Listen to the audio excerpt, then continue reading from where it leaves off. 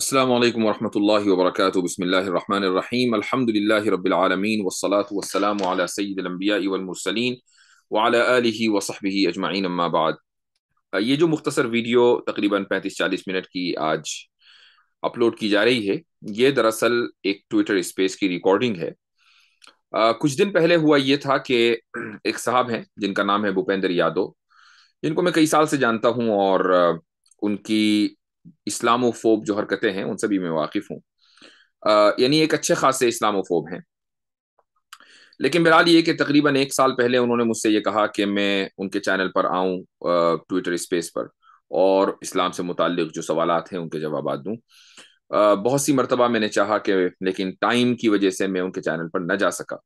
फिर इत्तेफाक ये हुआ कि 3-4 दिन पहले मेरे पास एक लिंक आया। उन्होंने भेजा कि अगर आप इस वक्त फारिग हों तो हमारे ट्विटर स्पेस पर आ जाएं, इस्लाम से मुताल्लिक कुछ सवालात होंगे। मैंने उनसे कहा कि मैं 10-12 मिनट के लिए आ सकता हूं। तो बहरहाल उन्होंने इस चीज़ को कबूल कर लिया और मैं ट्विटर स्पेस पर शामिल हुआ। ये मेरा पहला ट्विटर स्पेस, यानी ऐसा ट्विटर स्पेस था कि जिसमें वो लोग ज्यादातर शामिल थे कि जो इस्लाम मुखालिफ थे, इस्लाम छोड़ चुके थे या इस्लाम को पसंद नहीं करते या इस्लामोफोबिया का शिकार थे। उसमें कुछ हिंदू भी थे, उसमें कुछ मुर्तद्दीन भी थे, जिनको आप लोग एक्स मुस्लिम के नाम से जानते हैं, हम मुर्तद कहते हैं। तो बहरहाल ट्विटर स्पेस पहले से जारी था। मैं गोया के 10-12 मिनट के लिए मैं वहां शिरकत के लिए गया था। लेकिन इत्तेफाक ये हुआ कि सवालात कुछ इस तरह के थे कि मैं गालिबन 1 घंटे से ज्यादा वहां रुका और चूंकि पहले से कोई तैयारी नहीं थी, इसलिए अनफॉर्चुनेटली उस पूरे ट्विटर स्पेस की जो रिकॉर्डिंग है वो हमें न मिल सकी।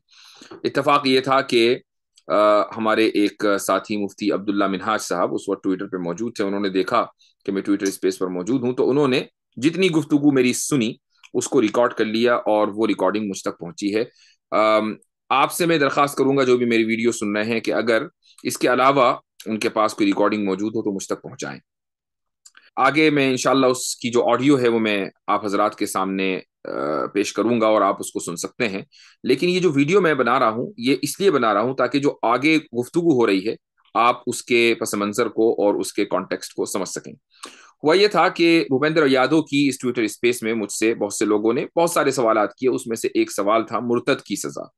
और सवाल ये था कि एक आदमी अगर इस्लाम को छोड़ रहा है और इस्लाम को छोड़ने की वजह से अगर इस्लाम में उसके ऊपर सजा है, तो महज राय की तब्दीली की वजह से या एक आदमी का अब दिल नहीं मान रहा है इस्लाम के ऊपर, उसने इस्लाम को छोड़ दिया है, तो ये तो अखलाकी एतबार से गलत है कि उसको सजा दी जाए।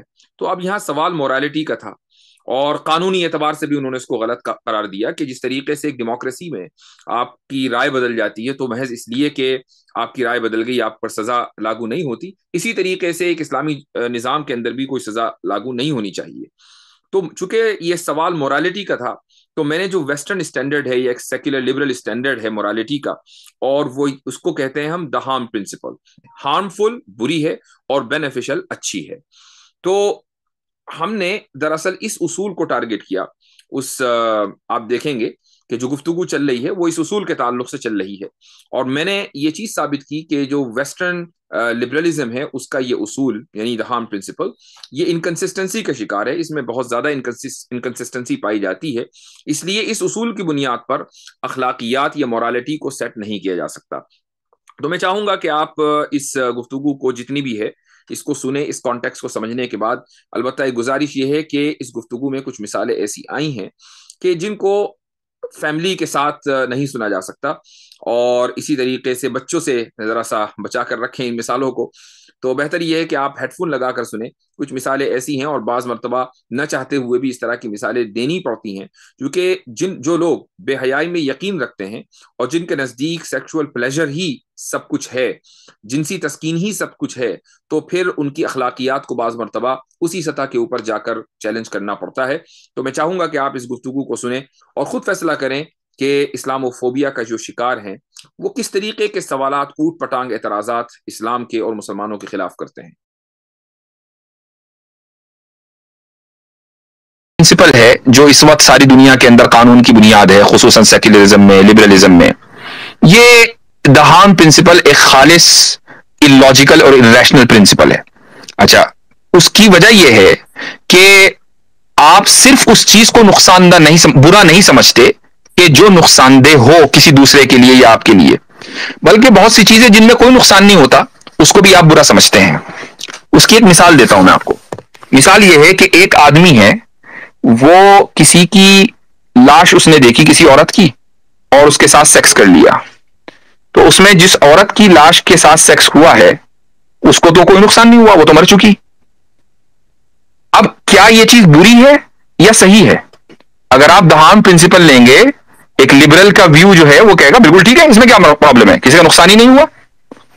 लेकिन एक जो आदमी के जिसकी फितरत अभी डिस्टोर्ट नहीं हुई है, आप जैसा इंसान जो बिल्कुल ठीक है, नॉर्मल है, वो ये कहेगा कि यार इससे बड़ा घनाव नहीं। और क्या बात होगी कि एक औरत मर गई है, तुम उसकी लाश के साथ सेक्स कर रहे हो। अब बताइए, दहान प्रिंसिपल यहां नहीं चलेगा। इसका मतलब ये है कि बहुत चीजें तो अखलाकी तौर पे तो गलत है, लेकिन वो एक्स मुस्लिम जो बन रहा है वो अखलाक के दायरे से बाहर कहाँ जा रहा है? मैंने भी अभी आधी बात की है। तो पहले तो हमने ये बता दिया कि जिस बुनियाद पर कानून बनते हैं, दहान प्रिंसिपल, या जिस चीज को हम ये कह समझते हैं कि कोई चीज अखलाकी या गैर अखलाकी कैसे बनेगी, और उसको हम दहान प्रिंसिपल की बुनियाद पर जांचते हैं, ये चीज बिल्कुल डिबंक्ड है ऑलरेडी। अब आ जाए दूसरी बात कि एक आदमी अगर गैर मुस्लिम बनता है तो वो गैर मुस्लिम कैसे बनता है? एक आदमी ने ईमान छोड़ा, कैसे छोड़ेगा वो? मसलन उसके छोड़ने का तरीका यह है कि उसका अल्लाह के ऊपर से यकीन उठ गया। यकीन कैसे उठा? उसने नमाज पढ़नी छोड़ दी, उसने रोजा रखना छोड़ दिया। पता नहीं कितने मुसलमान हैं जो नमाज और रोजा नहीं पढ़ते, बल्कि अक्सरियत में शायद उन लोगों की है जो पाबंदी से नमाज नहीं पढ़ते मुसलमानों में। दुनिया के हर मुल्क में ऐसा ही है। तो अगर एक आदमी नमाज रोजा करना छोड़ दे और दिल में उसका अल्लाह के ऊपर ईमान हो, तो कोई भी स्टेट, रियासत जाकर ये नहीं पूछेगी कि भाई तुमने खुदा के ऊपर यकीन क्यों छोड़ा, चूंकि वो अभी एक्टिव नहीं हुआ। लेकिन जब वो एक्टिव होता है कम्युनिटी के अंदर, खुदा के खिलाफ, रियासत के मजहब के खिलाफ और खुदा के रसूल के खिलाफ, तो अब वो जो मुआशरे में जो अनारकी है वो उसके जरिए फैलती है। लोग सिर्फ जो इस्लामी कानून है, जो उस जगह का कानून है, जाहिर है कि जब खुदा के खिलाफ और खुदा के दीन के खिलाफ आप बोलेंगे तो कानून के खिलाफ भी बोलेंगे। जब आप, चूंकि कानून खुदा का है, जब कानून के खुदा के कानून के खिलाफ आप बोलेंगे तो मुआशरे के अंदर करप्शन आना ही आना है। इसलिए उस करप्शन की वो सजा है। और जहां तक कि मेंटल उसकी बात है, उसको भी मैं बता दूं आपको कि जिन लोगों के घरों में एक्स मुस्लिम्स हैं, आप उनके रिश्तेदारों से पूछें कि वो किस अफसोसनाक सूरत हाल से गुजर रहे हैं। अगर आपको दहान प्रिंसिपल भी चाहिए, मैं सचवाला का नाम लूंगा यहां पर, हालांकि वो यहां मौजूद नहीं है अपने आप को डिफेंड करने के लिए, but I have to mention his name. शायद आप में से कुछ लोगों को मालूम होगा कि उनके भाई एक मर्तबा मेरे चैनल पर आए और उन्होंने अपनी दास्तान सुनाई कि किस तकलीफ और किस कर्ब में वो गुजर रहे हैं। भाई को तो उन्होंने कुछ नहीं कहा, बाप को कुछ नहीं कहा। बाप जो है वो शुगर के मरीज हो गए अपने बेटे की वजह से। तो जो नफ्सियाती दबाव होता है किसी मजहब को छोड़ने की वजह से, वो एक्स मुस्लिम अपनी फैमिली को पहुंचाते हैं। तो ये तो फिर इस्लाम कबूल करने वालों के साथ भी यही एग्जैक्ट होती है कि कोई एक हिंदू जो है वो कन्वर्ट होकर मुसलमान हो जाता है, तो एग्जैक्ट यही प्रिंसिपल फिर उसकी फैमिली पे भी अप्लाई होना चाहिए।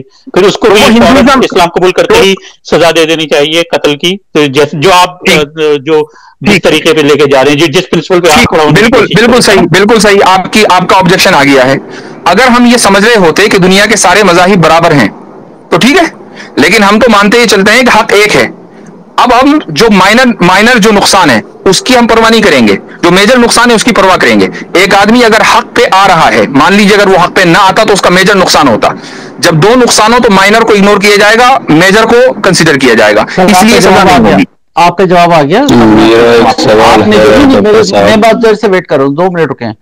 आपने ये कहा कि दुनियावी कानून जो है वो सजा देता है और इस वजह से उसको एक कानून को करना चाहिए। आपने हम लोगों की बात को प्रूफ कर दिया कि हम जो कहते हैं ना कि ये कुरान और ये जो अल्लाह का जो कानून है ये दुनियावी है, ये एक इंसान का लिखा हुआ है, किसी अलमाइटी का नहीं है, क्योंकि उसमें भी वही सजाएं दी जा रही है और अलमाइटी भी वही हरकतें कर रहा है जो उससे हम एक्सपेक्ट नहीं करते, हम उसको उससे अबव लेवल पे रखते हैं। एक तो ये जवाब आपका हो गया। दूसरा, आपने ये कहा कि अगर कोई सेक्स करता है मुर्दा औरत से, जब हम हदीस पढ़ते हैं कि हुजूर सल्लल्लाहु अलैहि वसल्लम अपनी चच्ची की मैयत पे लेट जाते हैं और पता नहीं क्या क्या कुछ करते हैं, तो हमारा दिल दुखता है ना कि एक ऐसे इंसान। एक मिनट, ये आपने कहां से निकाला? चची की मैयत पे लेट कर उन्होंने खुदा न खास्ता सेक्स किया? सेक्स नहीं किया, उनके ऊपर लेट गए और कुछ करने लग गए। जब वो कब्र से बाहर निकले तो उन्होंने क्या कहा? नहीं, क्या किया? गुनाह बख्शवा रहा था। लोगों ने पूछा क्या किया? हरकत कर रहे थे। आपकी घर में अगर किसी महरम का इंतकाल हो तो क्या आप उसकी बॉडी से नहीं लिपटते? नहीं नहीं, कब्र के अंदर जाके उसके ऊपर लेट गए, और ये हदीस में भी आपको कोट कर दूंगा। और उसमें वो हदीस, एक तो ये कि मुझे वो हदीस, एक तो ये कि मुझे वो हदीस कोट कीजिएगा, लेकिन ये है फॉल्स इक्विवेलेंस कि जो चीज हदीस में नहीं है वो आप घुसेड़ रहे हैं। मैं बात कर रहा हूँ एक लाश से सेक्स करने की, मैं बात कर रहा हूँ एक लाश से सेक्स करने की। हम तो उससे भी ऊपर जा रहे हैं ना, हम तो उससे ऊपर जा रहे हैं कि एक बंदी मर गई है, आप उसके ऊपर लेटे जा रहे हैं, कुछ कर रहे हैं, तो फिर हमें बुरा लगता है ना ये चीज। क्या कर रहे हैं भाई? पता नहीं गैर खिलाकी हरकतें कर रहे हैं। नहीं, वो गैर खिलाकी हरकतें बताएं क्या है? उसके साथ लेट के छेड़खानी कर रहे हैं, एक बूढ़ी औरत छेड़खानी कर रहे हैं, एक बूढ़ी औरत मर गई। मैं इसीलिए कहता हूं कि दुनिया का शायद ही कोई एक वाहिद एक आध एक्स मुस्लिम होगा जो सच्चा हो। मुझे अक्सर एक्स मुस्लिम झूठे क्यों मिलते हैं, मुझे ये बताएं। सेक्स मैंने कहा, मैंने आपसे कहा कि सेक्स कर रहे हैं, गैर इखलाकी हरकतें कर रहे हैं। आपने कहा गैर इखलाकी हरकत, जी क्या है वो गैर इखलाकी हरकत? क्या है वो? यही कि एक मुर्दा औरत के ऊपर लेट के उसके ऊपर कुछ कर रहे थे, वो जो क्या कर रहे थे, मैं वो पूछ रहा हूँ, क्या कर रहे थे? कुछ कर रहे थे, क्या कर रहे थे? ये तो वहां मैं मौजूद नहीं था, उन्होंने कहा कि लेटे हुए थे और उसके ऊपर। जब आप मौजूद नहीं थे तो how can you say that? अच्छा, दिस इज योर lie। अच्छा, यही आपका झूठ है, यही आपका झूठ है कि आप लोग मुर्दा औरत के साथ कुछ भी कह देते हैं। इसीलिए मैं कहता हूं कि एक्स मुस्लिम सच्चा नहीं हो सकता। अच्छा, आपने सुने, आपने आइली कानून को अल्लाह के कानून से मिलाया, थैंक यू, आपने हमारी बात को प्रूफ कर दिया, तो अब मैं आपका बहुत शुक्रगुजार हूं इस बात में, थैंक यू सर। अच्छा, अब आप कुछ भी समझे कि मैंने किससे क्या मिलाया है। जाहिर है कि जब आदमी मिसाल देगा तो मिसाल में तो देगा ही, कुछ ना कुछ तो कहेगा ही। जी, गलत मिसाल देंगे तो फिर तो जवाब गलत हो जाएगा ना डॉक्टर साहब। नहीं, जब ये बात मान के चल रहे हैं कि दुनिया के हर निजाम में जबर है, तो दुनिया के हर निजाम की बात होगी, इंसानी निजाम की भी और खुदाई निजाम की भी, क्योंकि जो खुदाई निजाम है इस दुनिया का वो इस दुनिया वालों के लिए है। और आपने ये सेक्युलरिस्ट को ये कैसे कह दिया कि वो जो है वो बोल देगा कि नहीं नहीं सेक्स कर लो? ऐसा तो दुनिया में मैंने कभी पढ़ा नहीं। आप कह रहे हैं कि वो कहेगा कोई बात नहीं है, लेकिन दोबारा बोलिए। आपने कहा कि जो सेक्युलरिस्ट हैं वो बोलेंगे नहीं नहीं नहीं कोई बात नहीं, वो मर गई है, उसके साथ सेक्स कर लिया, कोई बात नहीं। ऐसा तो नहीं, मैंने ये नहीं कहा, मैंने ये कहा कि द हार्म प्रिंसिपल पर जो आदमी यकीन रखेगा वो उसको कोई प्रॉब्लम नहीं होनी चाहिए इससे। नहीं होनी चाहिए, नहीं ऐसा है नहीं, यही तो आप गलत कह रहे हैं। That's exactly what I am not saying. आप कह रहे हैं कि नहीं होना चाहिए, ये अच्छा, अगर एक आदमी सुनिए एक मिनट, एक आदमी अगर ग्रोसरी से चिकन लेकर आए, ठीक है, कटा हुआ चिकन है, होल चिकन है, उसके साथ सेक्स करे और उसके बाद उसको पकाए, क्या आपके नजदीक ये ठीक है? बताइए। इस बात पे थे पहले, आप उसको कहना, फिर चिकन पे चले। मैं भी साबित कर रहा हूं, I am proving it, just a minute, I am proving it. आप मुझे बताइए कि इसमें अगर कोई आदमी चिकन से सेक्स करे और उसके बाद उसको खा ले, अभी और चिकन मरा हुआ है, तो मुझे ये बताइए कि ये चीज सही है या नहीं? हाँ या ना में जवाब दे दीजिए। क्यों डर लग रहा है आपको? हाँ या ना ऐसे नहीं होता, हर एक बात का जवाब हाँ या ना में नहीं होता। नहीं, इसका तो जवाब है, इसका मेरे पास जवाब है ना, मेरे पास इसका हाँ या ना में जवाब है। मैं ये कह सकता हूं कि मैं ये कह सकता हूं कि ये डिस्कस्टिंग है, आप कह सकते हैं? बताइए। सुनिए, जो बात आप कह रहे हैं पहले उस पर रहिए, आप दूसरे पे चले। मैं उसी पर आऊंगा। आप इसका जवाब इसलिए नहीं दे रहे हैं क्योंकि आपको पता है कि आगे आपके साथ क्या होगा। आप अगर इसका जवाब ये कह दें, आपने खुद जवाब नहीं दिया, इसलिए आप बिलबिला रहे हैं। मैं अपने जवाब को साबित करने के लिए आपसे ये मिसाल पूछ रहा हूँ, आप हाँ या ना में इसका जवाब दे दीजिए कि चिकन के साथ, एक डेड चिकन के साथ सेक्स करना कैसा है आपके नजदीक? हाँ या ना, सही है या गलत है? तो जिसको हम लोग मानते हैं बेहद गलत, आप उसको बार बार कह रहे हैं, आप उसको कह रहे हैं डेड बॉडी के साथ करेगा, कोई उस पर शिकायत नहीं होनी चाहिए। ठीक है, मैंने मान लिया। अब चलिए, मैंने मान लिया थोड़ी देर के लिए, for the sake of argument, I am asking you कि डेड चिकन के साथ सेक्स करना आपके नजदीक कैसा है? आपके नजदीक डेड चिकन के साथ सेक्स करना कैसा है? उसका जवाब दीजिए, हाँ या ना। तो पहली बात आपका जवाब वही मिल गया कि दुनिया का कोई आदमी नहीं कहेगा। आप कह रहे हैं कि नहीं कोई बात नहीं। आपसे पूछ रहा हूं, आपके नजदीक कैसा है? आपकी अखलाकियात जरा चेक करूं ना कि क्या है, बताइए मुझको। फिर मैं कह रहा हूं कि कहीं पर मुर्दा के साथ जिस तरह की बात आप कह रहे हैं, हम तो बिना मर्जी आपसे मैं पूछ रहा हूं कि आपके नजदीक बिना मर्जी के सेक्स करना भी गलत। आप उस पर सवाल कर रहे हैं मुर्दा के साथ। मैं ये पूछ रहा हूं कि आपके नजदीक, मैंने आपसे एक सवाल किया, आपके पास, मैंने आपसे एक सवाल किया कि आपके पास इस सवाल का जवाब देने की। सारे के सारे पता नहीं, कुछ समझ में नहीं आ रहा सवाल क्या होते हैं, जवाब। अच्छा, आगे बढ़ते हैं। जमीर साहब, आप अपना सवाल पूछ लो। जमीर। जी जी जी। डॉक्टर साहब, मेरा ये सवाल है, जैसे आपने अभी कहा कि एक मुसलमान है और वो कलमा पढ़ता है। अच्छा, उससे पहले मैं एक चीज बोल दूं, मेरे पास में 12 रिक्वेस्ट आई हुई हैं, लेकिन मेरे प्रॉब्लम यही होती है कि स्पेस में थोड़ी देर बाद में मैं नीचे आता हूँ। नहीं नहीं, नीचे जाने की बात नहीं हो रही यहाँ पर। अरे नीचे चले गए। मैं ये कह रहा था कि रिक्वेस्ट यहाँ पर मुझे 3 दिख रही है, वैसे 12 दिख रही है। लोग मुझे कह रहे हैं माइक दो माइक दो, तो मैंने इसीलिए ऊपर लिखा कि भाई मुझे लगेगा ना मैं उनको माइक दूंगा, लेकिन क्या पता कुछ अच्छे सवाल। अच्छा, मैं यादव जी मैं एक चीज आपको काट रहा हूँ। तो मेरे पास मैंने आपसे कहा था मैं सिर्फ चंद मिनट के लिए आ पाऊंगा, लेकिन मैं एक चीज अपना जरा हवाला दे दूं। ये साहब बड़ा बड़ा चीख रहे थे। एक ऑक्सफोर्ड यूनिवर्सिटी का एक ब्लॉग है, प्रैक्टिकल एथिक्स, ठीक है। उस पर लिखा हुआ है, sex with corpses might be philosophically cool but it is still not a good idea. यानी फिलोसॉफिकली बिल्कुल ठीक है, हाँ ये अलग बात है कि भाई अच्छा नहीं है, डिस्कस्टिंग है, ठीक है। तो मैंने जो फिलोसॉफिकली कूल, मैं उस पॉइंट को बताना चाह रहा था कि हार्म प्रिंसिपल की बुनियाद पर बहुत से लोगों के नजदीक ये भी ठीक होगा। ये हवाला है, वो ये है प्रैक्टिकल एथिक्स, ऑक्सफोर्ड यूनिवर्सिटी का ब्लॉग है, ठीक है। आपके पास में अभी कितना टाइम है sir? 5 minute. Can I ask 1 minute? नहीं, जमीर दादा आप सवाल पूछो, फिर आगे बाबू जी आपके पास। डॉक्टर साहब, मेरा सवाल ये है कि जो हम कहते हैं कि हम अहले किताब जितने भी हैं, अहले किताब में हम जो है यहूदियों को कवर करते हैं, क्रिश्चियन को कवर करते हैं, और हिंदुओं को कवर नहीं करते, जहाँ तक मुझे इतना आइडिया जो मुझे जानकारी है। और दूसरा इसी से जुड़ा हुआ सवाल ये है कि जब हम अहले किताब में कवर करते हैं तो यहूदी और क्रिश्चियन लड़की से शादी करते हैं और हिंदुओं से नहीं करते हैं। और जो खुदा का मानने का जो कॉन्सेप्ट है, जैसे कि वेदों में है कि वो अगर किसी आप हिंदू से पूछेंगे तो वो कहेगा कि हाँ, हम एक खुदा को, एक ईश्वर को हम मानते हैं।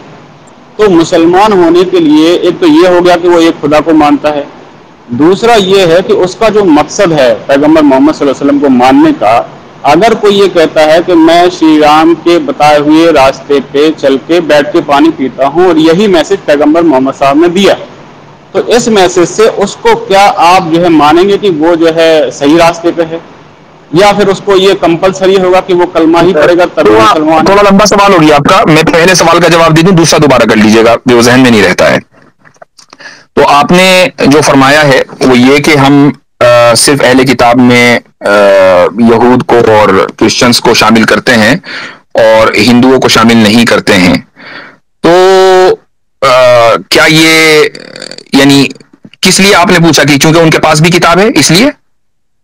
बिल्कुल बिल्कुल, उनके पास भी वही कॉन्सेप्ट है जो कॉन्सेप्ट है हम कुरान। ठीक है, मैं उसका जवाब दे रहा हूं कि अहले किताब की जो इस्लामिक डेफिनेशन है ना, वो सिर्फ ये नहीं है कि किसी के पास किताब हो। अगरचे अहले किताब का जो लिंग्विस्टिक मीनिंग है वो वही है कि किताब वाला। अहले किताब की जो इस्लामिक डेफिनेशन है वो ये है कि किसी के पास मजहब में किताब भी हो और वो खुदा के साथ साथ रिसालत का भी कायल हो, एक खुदा के साथ साथ रिसालत का भी कायल हो। तो यहूदियों के यहां भी रिसालत का तस्वुर है और ईसाइयों के यहां भी मैसेंजर्स एंड प्रॉफिट्स का तस्वुर है, इल्ला ये कि वो जीसस को सन ऑफ गॉड कहते हैं, उनको रसूल नहीं मानते। इस बुनियाद पर उनको अहले किताब माना जाता है। मेरी नॉलेज के एतबार से हिंदुओं के यहां रिसालत का तस्वुर नहीं है और इसी वजह से उनको अहले किताब तस्लीम नहीं किया जाता है। अच्छा, नहीं, रिसालत का कॉन्सेप्ट तो है ना, जैसे वो अवतार जो है वो उसको अगर आप अरबी में ट्रांसलेट करेंगे तो वो तो मैं और आप करेंगे ना भाई। अब भूपेंद्र यादव जी बैठे हुए हैं, पूछे उनसे कि उनके यहाँ कौन रसूल आए हैं। नहीं, मैं ये कह रहा हूं कि रसूल हम कहते किसको हैं? भारत, आप तो इंडिया में रहते हैं ना, किस चीज को रसूल कह सकते हैं, जैसे बताएं आप। रसूल खुदा के उस नुमाइंदे को कहते हैं कि जिसके पास वही आती हो, आप एग्जाम्पल के तौर पे बताएं ना इंडिया में कि ये वाला व्यक्ति जैसे, तो हमें मालूम चले ना कि हाँ। नहीं, इंडिया में तो आपके यहाँ कोई रसूल है ही नहीं ना, आपकी थियोलॉजी के एतबार से तो कोई रसूल है ही नहीं। नहीं, तो मैं ये कह रहा हूं सर आपसे कि रसूल काम क्या आ सकता है हमारे। नहीं, वो एक अलग मसला है। मैं उन भाई का जवाब दे रहा था कि हम हिंदुओं को अहले किताब क्यों नहीं मानते हैं। उसकी वजह यह है कि अहले किताब की जो डेफिनेशन हमारे यहाँ वो ये कि वो रसूल की रिसालत के कायल हों। आप लोग रिसालत के कायल नहीं हैं, अगरचे कुछ किताबें आपके यहाँ हैं और उन किताबों के बारे में भी आप लोगों के यहाँ खुद इख्तिलाफ है। मसलन आर्य समाजी हैं, वो रामायण को महाभारत को तस्लीम नहीं करेंगे। बहुत से सनातनी हैं वो ये कहते हैं कि नहीं जी, रामायण महाभारत पुराण को तस्लीम नहीं करेंगे। बहुत से सनातनी हैं जो पुराण को तस्लीम करते हैं, वेदों को उतनी ज्यादा अहमियत नहीं देते, वगैरह वगैरह। हर एक के यहाँ आपके यहाँ इख्तिलाफात हैं। हाँ, हजारों सेक्ट हैं, हजारों, वो हर जगह हैं। That's not a point. The point is के हिंदू तमाम के तमाम इस बात पर मुत्तफिक हैं कि रिसालत नहीं है। और मेरे पास ऋषि दयानंद सरस्वती की किताब भी है सत्यार्थ प्रकाश, उसमें उन्होंने जगह जगह ये बात लिखी हुई है। तो जब रिसालत नहीं है तो जो अहले किताब की हमारे यहाँ डेफिनेशन है, वो डेफिनेशन जो है उसके एतबार से इस इंडिया में हिंदुओं के एतबार से कोई चूंकि रिसालत नहीं, इसलिए हम उनको अहले किताब नहीं तस्लीम करते हैं। हाँ, हम ये नहीं कहते कि इंडिया में रसूल नहीं आया, हम ये नहीं कह रहे हैं। हम ये नहीं कहते कि सारे रसूल सिर्फ सऊदी अरब में आए थे। हमारा ये दावा कभी नहीं है। हमारा ये दावा है कि दुनिया के हर खित्ते में रसूल गए होंगे। बहुत से रसूलों के नाम हमें पता है, बहुत सौ के नहीं पता है। मेरे ख्याल से वो डेफिनेशन पूछ रहे थे कि रसूल किसे कहते हैं, वो पूछ रहे थे मेरा ख्याल से भूपिंदर। मैंने पूछा था जी, मैंने उसका जवाब दिया ना। मैंने उसका जवाब दिया कि रसूल वो होता है कि जिसको खुदा ने शरीयत कानून लेकर भेजा हो और उसके पास वही आती हो। तो ये उस रसूल की मालूम चल सकता है कि खुदा ने भेजा हो या ब्रेन में कुछ चीजें आती हूं, वो एक अलग मसला है। देखिए, वो एक अलग मसला है। बात ये नहीं हो रही है। बात ये हो रही है कि रसूल की डेफिनेशन क्या है। हमने ये मान लिया, बताया कि रसूल की डेफिनेशन ये है। इस डेफिनेशन की एतबार से हिंदुइज्म में कोई शख्सियत ऐसी नहीं है, हिंदुइज्म में हिंदुओं की कहने की वजह से, इसलिए हम हिंदुओं को अहले किताब नहीं मानते हैं। आई होप कि आई आंसर दैट क्वेश्चन। उन भाई ने एक सवाल और किया था, वो सवाल भी अहम था और वो मैं आखिरी सवाल होगा, फिर मुझे जाना है। तो मैं वो क्या था सवाल? एक सेकंड मोहम्मद साहब, मैं ये कह रहा था कि यासिर साहब, हिंदुओं में हजारों सेक्ट हैं, लेकिन फिर भी हिंदू आपस में उस तरीके से, जैसे मुसलमान एक मुसलमान से अली और अबू बकर से लेके आज तक लड़ रहा है, और एक खुदा एक रसूल को मानते हुए भी आप देखोगे, लेकिन उस हिसाब से तो हिंदू इस तरीके से नहीं लड़ रहा। शास्त्रार्थ जरूर होते हैं, आइडियोलॉजी डिफरेंट, लेकिन इस तरीके से हजारों सेक्ट होने के बाद में भी एक ही घर में सत्यार्थ प्रकाश भी रखी है, उसी घर में कोई उसका माँ बाप मूर्ति पूजक भी है। और तो मैं इसका जवाब देना चाहूंगा। मैं समझ गया इसका जवाब। मैं आपसे एक सवाल पूछता हूं कि आपके घर में मसलन आप आई डोंट नो कि मूर्ति पूजा करते हैं या नहीं, मिसाल के तौर पर आप मूर्ति पूजा करें और आपके भाई जो हैं वो आर्य समाजी हों, तो क्या आप ये कहेंगे कि मेरा भाई जो है वो गलत है? नहीं, वो नहीं कहेंगे ना? नहीं कहूंगा, नहीं कहेंगे। इसका मतलब यह है कि आपके यहां ट्रुथ अभी तक डिफाइन ही नहीं हो पाया कि है क्या।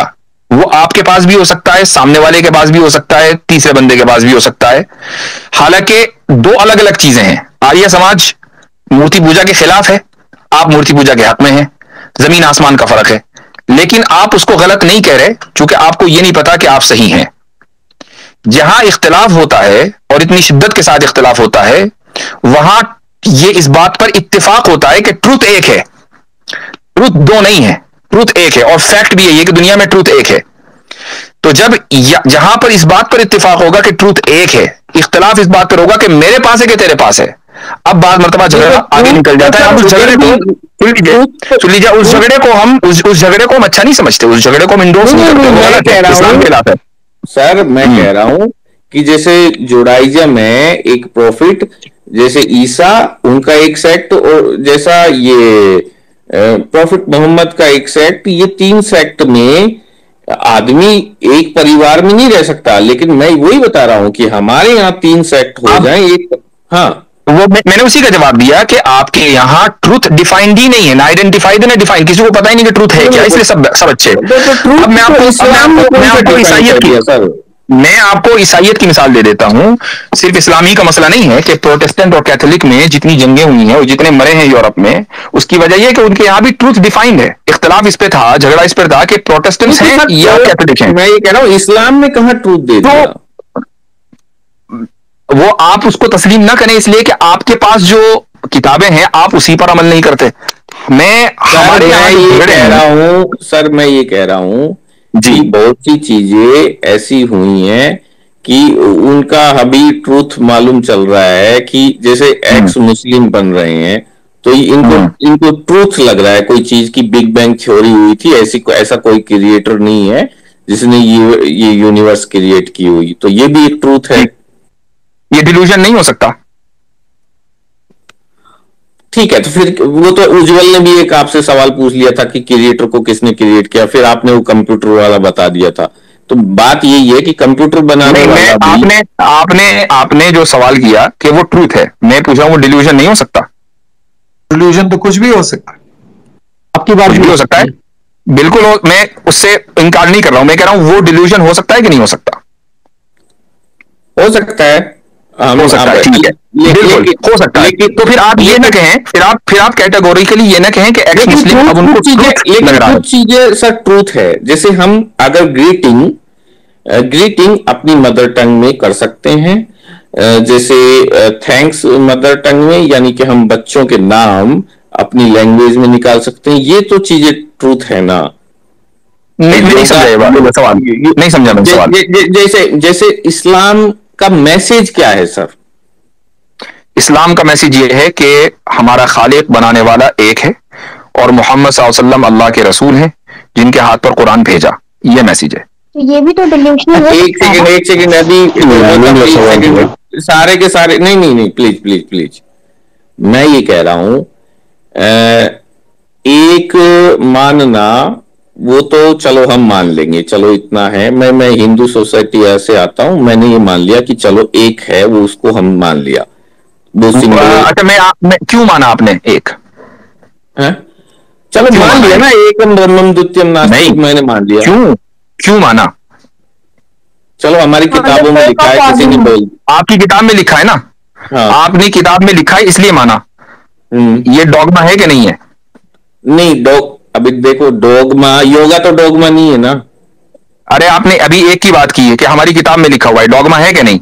अगर आप खुद डॉगमा के कायल हैं तो आप दूसरे को कैसे कह सकते हैं कि प्रॉब्लम बताऊं क्या है? मैं यही है कि देखिए मेरी बात सुनिए, हम सुनाओ। मैं ये कह रहा हूं कि प्रॉब्लम है मेरे को अरबी कल्चर में ही बोलना है क्या? नहीं बोलना है। आप किसी का नाम सुनिए, मैं किसी का नाम शमसुल हक के बजाय सूरज प्रकाश है, हाँ कोई बात नहीं, हमें क्या प्रॉब्लम है? ठीक है। देखो एक चीज ये आपने क्लियर कर दी कि मैं यही कह रहा था कि इस्लाम का मैसेज है एक। अब मैं आपको मिसाल देता हूं, देखिए ईरान में बड़ी तादाद में मुसलमान हैं लेकिन उनके अरबी नाम नहीं है। भाई आप ये देखें कि नमाज का जो लफ्ज है वो खुद अरबी का नहीं है, फारसी का लफ्ज है। साहब कहते हैं ना कि इंडिया में प्रॉब्लम्स है, ये यहाँ के लोग क्यों अरबी नाम? ये इस्लाम की प्रॉब्लम नहीं है। मैं प्लीज सवाल कर लूं, पहले ये चले जाएंगे। डॉक्टर साहब अब ये बताएं, हम इस्लामी किताबों में पढ़ते हैं कि हुजूर सल्लल्लाहु अलैहि वसल्लम अपने वालिद की वफात के 4 साल बाद पैदा हुए, और इसकी गलत है, झूठ है, मौजूद रिवायत है, फैब्रिकेटेड रिवायत है। मेरे ख्याल से टॉपिक जो है वो एक रहना चाहिए। साहब आप है ना उसमें वो हर चीज हदीस आपने पहले भी एक की, वो गलत बता दी। अब उस पे देखें यासिर साहब, मेरे चंद 2-4 सवाल ले लीजिए, फिर आप अगर जाना चाहें तो। मुझे जाना है, ऑलरेडी लेट हो चुका हूं जी। मैं सिर्फ ये कहना चाहूंगा कि जो एक्स मुस्लिम आमतौर से झूठे होते हैं, लिहाजा झूठों की बात पर आंख बंद करके यकीन न करें, हम लोगों से कर लिया करें जी। अब चलो मेरा चंद है, फिर उसमें ले लो। जैसे एक नाम निकालना अरबी का हिस्सा नहीं। एक हम ये कह रहे थे कि मैं अगर किसी को ग्रीट कर रहा हूं तो मैं अपनी लोकल लैंग्वेज में कर सकता हूं। हाँ बिल्कुल, हम बोलते हैं पीस बी अपॉन यू। भाई अस्सलाम वालेकुम का क्या तर्जुमा है? Peace be upon you. ठीक है, मैं नमस्ते बोलना चाहूं तो कोई प्रॉब्लम्स? अगर नमस्ते का तर्जुमा पीस बी अपॉन यू है तो बिल्कुल बोलिए। नहीं, आप तर्जुमा ग्रीटिंग के तो आओ, आप अलग डिफरेंट लैंग्वेज। अब मैं तो ये कह दूं, मुझे नहीं मालूम ना कि नमस्ते के क्या माने हैं। मैं अरबों के पास जाके कहूं कि अगर नमस्ते का तर्जुमा पीस बी अपॉन यू की तरह नहीं है तो आप नमस्ते बोल लीजिए। भाई मैं आपसे पूछा हूं कि मुझे नहीं मालूम कि नमस्ते का क्या तर्जुमा है। जब तक कि मुझे वो लफ्ज आप मुझे बोल रहे हैं और मुझे उसका माने ना पता हो तो मैं कैसे कंफर्म करूंगा कि आप बोल सकते हैं कि नहीं बोल सकते? नहीं, मेरी बात सुनिए। नमस्ते का तर्जुमा हम पीस अपॉन यू का तो जो तर्जुमा है वो संस्कृत में हम निकाल लेंगे, फिर संस्कृत में बोल लेंगे, कोई दिक्कत नहीं। हाँ बोलिए, नो टेंशन। हाँ, उसके बाद में हम उसको ऊपर वाले को अपनी लोकल लैंग्वेज ब्रह्मा बोल सकते हैं ना, संस्कृत की, कोई दिक्कत नहीं। मैं तो 1000 मर्तबा भूपेंद्र जी अपनी स्ट्रीम्स में कह चुका हूं कि भाई खुदा को, अभी संस्कृत में ऊपर वाले से बात कर सकते हैं। अजान नहीं दे सकते भूपेंद्र साहब, अजान नहीं दे सकते, आप अजान दे सकते हैं? अजान मेरी बात सुन लीजिए मेरी बात सुन लें कि लफ्ज खुदा कुरान में नहीं है, हदीस में नहीं है। हम खुदा को खुदा बोलते हैं, अल्लाह को खुदा बोलते हैं। वलिल्लाहिल अस्माउल हुस्ना फदऊहु बिहा, अल्लाह के बहुत सारे नाम हैं, उनमें से किसी भी नाम से आप पुकार सकते हैं। अगर ईश्वर लफ्ज में खुदा की तौहीन नहीं है, आई डोंट नो उसका माने क्या है, तो आप ईश्वर टाइम नहीं है, मैं समझ गया। अभी उससे आगे बढ़ते हैं। मैं उससे अरबी में बात करूं या अपनी लोकल लैंग्वेज संस्कृत में बात कर सकता हूं? मैं तो दुआ अपनी लोकल लैंग्वेज में मांगता हूं भाई, उर्दू में। ठीक है, अब मैं ये कह रहा हूं कि मैं मेडिटेशन भी कर सकता हूं। मुराकबा करते हैं हम लोग। मेडिटेशन का क्या मतलब है? मुराकबा है खुदा के ताल्लुक से, खुदा में आप ध्यान लगाना चाहें लगाइए। ठीक है, अगर मैंने मेडिटेशन किया और मेरे को ये लगा, मेरे को ये एहसास हुआ कि मुझे नॉनवेज खाने से प्रॉब्लम्स आ रही हैं, मैंने इतना ज्यादा मेडिटेशन कर लिया, तो मैं नॉनवेज छोड़ सकता हूं? आराम से छोड़िए, कोई मसला नहीं है। वेज खाना फर्ज कोई, वो सॉरी नॉन वेज खाना फर्ज कोई है? फिर तो मैं नॉनवेज, मैं जहां मांस मच्छी कटेगी मैं वहां भी ये कहूंगा कि मैं ऐसी चीजों में पैसा नहीं दूंगा जहां नॉनवेज कटता है। वो आपकी मर्जी है। तो फिर जकात और कुर्बानी में अगर नॉनवेज कट रहा है वहां मैं मतलब आपने बताया ना इस्लाम का मैसेज है, तो मैं अगर हज करने जाऊं तो वहां कुर्बानी के नाम पे अगर मुझे पैसा लिया जा रहा है तो मैं मना कर दूं? आप हज इफराद कर लें, आप वो वाला हज चुन लें जिसमें कुर्बानी नहीं होती। अच्छा, ठीक है। और मैं एक ऐसा ये एक ऑर्गेनाइजेशन चला सकता हूं जानवरों के पीस के लिए? बिल्कुल चलाएं। आपके जयपुर में तो सबसे बड़ी गौशाला मुसलमान की है, जोधपुर में। अच्छा, ठीक है। तो और भी अगर किसी के सवाल है तो बाय द वे उस गौशाला के अंदर मैं होकर भी आया हूं। मैं नहीं इनसे ये सवाल करें यासिर साहब, आप क्या अजान उर्दू में हिंदी में दे सकते हैं? नमाज पढ़ सकते हैं हिंदी में? नहीं पढ़ सकते। अगरचे इमाम अबू हनीफा का एक कौल ये है, लेकिन उम्मत ने उस कौल को कबूल नहीं किया। उसकी वजह यह है कि हर निजाम की एक ऑफिशियल लैंग्वेज होती है। तो अरबी चूंकि कुरान जो है वो अरबी में है, लिहाजा उसकी जो ऑफिशियल लैंग्वेज है इस्लाम की वो है। तो कुछ चीजें कर सकते हैं, कुछ चीजें नहीं कर सकते। इसका ताल्लुक कल्चर से नहीं है, दीन से है। अगर आपको कुछ चीजें कल्चरल लग रही हैं तो आप उसको ना करें। Bhupi, can I take one question please? ठीक है बाबू, ये लास्ट क्वेश्चन होगा जनाब। मैं चूंकि ऑलरेडी ठीक है फिर आगे। This will be the last question, sir, gentlemen. Ji. Yeah, thanks. जय श्री कृष्ण, जय श्री कृष्ण, जय श्री कृष्ण, जय श्री कृष्ण बाबू जी। Dr. Yasir. Dr. Yasir, God bless you. There are three points I have. My name is Babu. Ji. Yeah, I'm a Canadian citizen. Okay. And you just mentioned, if I correctly remember, that you live in USA. Yeah. Are you a USA citizen or still the Indian citizen? I'm a US citizen. Thank you for letting me know. I have a very pointed question, and you will have good opportunity to answer today or later. Ji. I am a primary member of the Conservative Party in Canada. Okay. And there is the office bearer down. I requested him that he is listening down. Okay. And recording. Okay. We have a policy matter here. Ji. There are two words we I noticed from your entire statement, one is called state, and one is called discipline. I hope I don't have to elaborate on that. You are a wonderful person. You have a depth of knowledge. I can feel it from your voice. Okay. Now, there have been, because we are going to actually submit this conversation, and that will be very helpful for us in Canada, which is related to ex-Muslim. What is happening is we have a global mail and documented, which is in public domain.